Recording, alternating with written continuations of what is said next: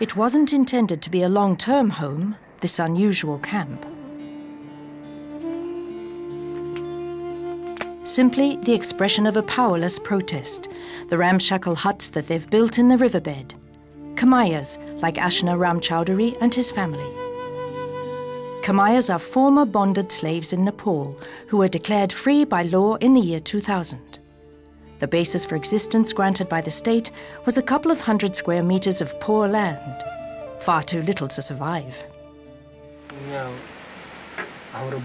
As a Khamaya, you are more or less a slave and practically belong to the owner of the land.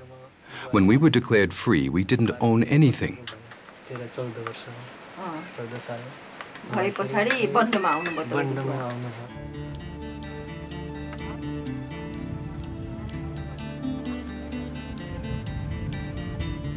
The lush green fields are situated 300 meters away from the squalid camp of the former slaves. The people who work on those fields are also former Khamayas, slave laborers. We need the money that we earn for school and for clothes. Which of you go to school? He has harvested 26 kilos of cucumbers today. That makes about 10 Swiss francs. Things are better than they were a year ago. The people have very high expectations of the harvest. From this farm. We'll be given more land next year. The people are very motivated and are encouraging other peasants to involve themselves as well. Riverbed farming was originally an idea of Indian immigrants. The broad riverbeds are only completely covered in water during the rainy season. In the dry season, the immigrants made a part of them usable for the cultivation of vegetables. Helvetas and its local partners developed the process further. Today, about 2,000 families benefit from this new source of income. For Bishna Devi, who was also a former Khamaya, a new life has begun. She proudly shows us the modest wealth that she has been able to acquire. Okay. This is the rice straw. The stalk of rice in huge clay pots, which Bishna Devi made with her own hands. Rice is the main food here in the lowlands of Nepal. With a little luck, the 1,000 square meters of poor land granted to the Khamayas by the government were just about enough to feed a family. But there was never anything left over to sell, so there was no money coming in. And that meant no school education and no hope of a better life. But it's different today. Bishna Devi's daughters have plans for the future. I want to become a teacher, like my sister. Teacher also. I'm illiterate. I was made president of the Women's Savings Group because I'm active and get on well with people. We've been growing vegetables in the riverbed for 3 years now. The children are going to school, and we've been able to buy 2 oxen.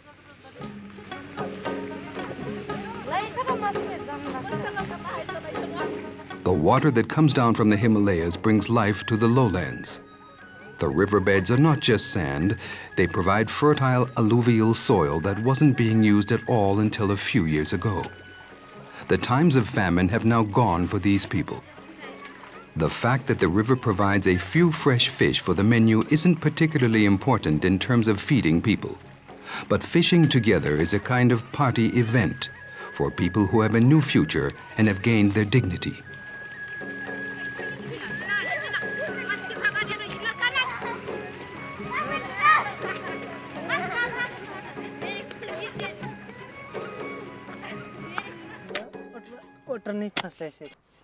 Nothing comes from nothing, and that applies here as well.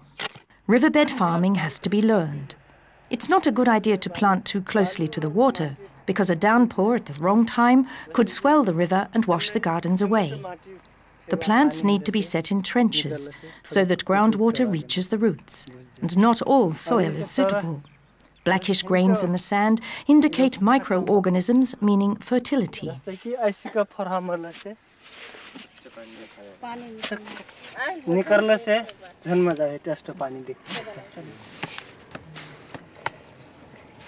Ashnaram Chowdhury, the former slave, has been trained to become an advisor with the support of Helvetas. He knows about the techniques of riverbed farming, the choice of soils and seeds. He also knows how you can produce your own fertile compost. He even knows the pests and how best to fend them off, which also means reducing the use of expensive chemicals to a minimum. His life has changed radically since he's been involved in the riverbed farming project. I was hardly earning anything at all. Now I have learned to plant vegetables. I've been doing that for 3 years. I don't have to work so hard these days, and I can sell my products. Krishnapur looks like an idyllic setting for a village at first glance.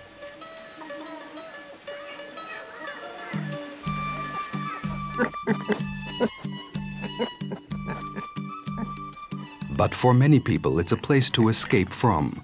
Extremely hot, extremely poor, for years and years the scene of battles between rebels and the government, plagued by feudal structures and criminally high interest rates. Yet now, slowly but surely, there are signs of recovery. A few pets, a bicycle.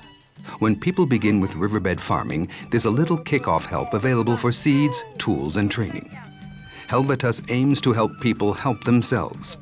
Families are supposed to finance themselves as quickly as possible, and that actually works thanks to savings and credit groups within the village itself. On the 5th day of every month, the members of the Pragati Savings Group get together at the home of the president.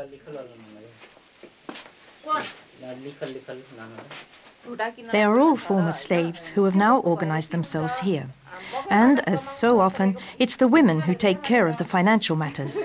They take better care of the money. Every family pays in 10 rupees a month, that's roughly 15 Swiss cents. The group intensively debates the applications of its members and decides who is going to receive a loan for seeds, perhaps a bicycle, maybe an ox.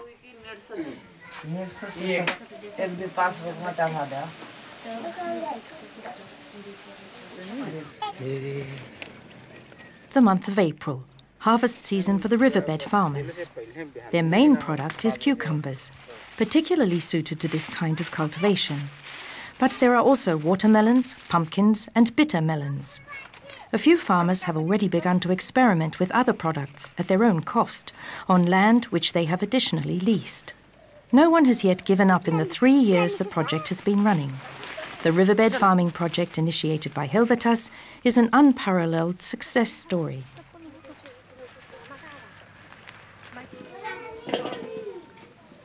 Paradashini Devi and Bagi Ram Chowdhury have been involved since the very beginning, initially with 1,000 square meters of leased land, and now, in this 3rd season, with 1,300 square meters.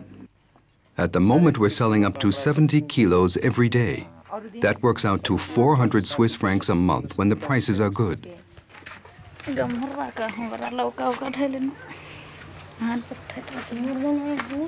And the prices really are good at the moment because fresh vegetables are scarce in the dry season.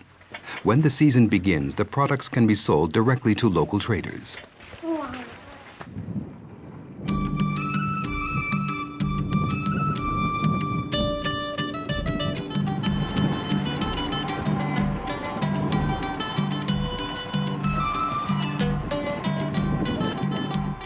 Paradashini Devi and Bagi Ram are busy without a break during the 2 months of the harvest season. The former slaves have become small business owners. The ones for whom money had only meant that they had debts with their landlord and the mountain of debt was growing more and more every year because of enormously high interest rates, condemning them to a whole lifetime of serfdom. And now they actually receive money, money that belongs to them.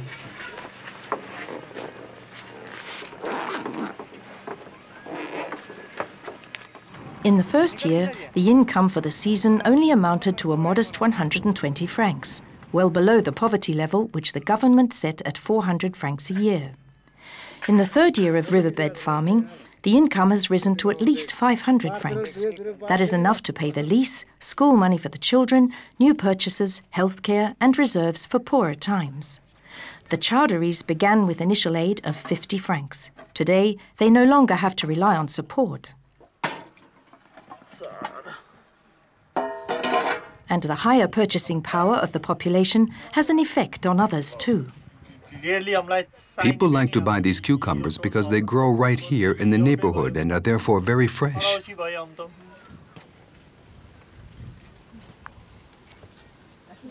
Cash in the safe hands of Paradeshini Devi.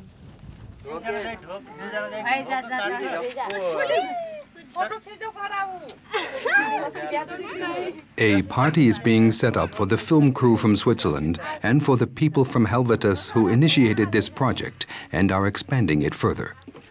A party with the source of their wealth, with cucumbers.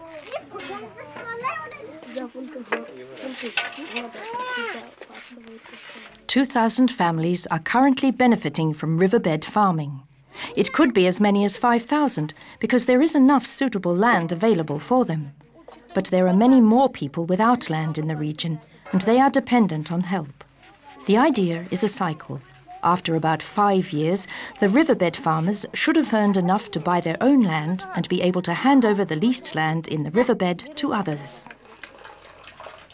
Ashnaram doesn't want to think that far ahead. He has released himself from abject poverty, and life is now good for him and his family, for the very first time. When we saw that the other peasants were working on the riverbed, we went to the village authorities and asked for land too. The authorities gave us permission, and Helvetas gave us seeds and tools. More and more peasants will be coming, but we don't want to fight against them. We want to work cooperatively. But of course, we want to carry on ourselves. Hopefully, we'll eventually have enough money to buy our own land.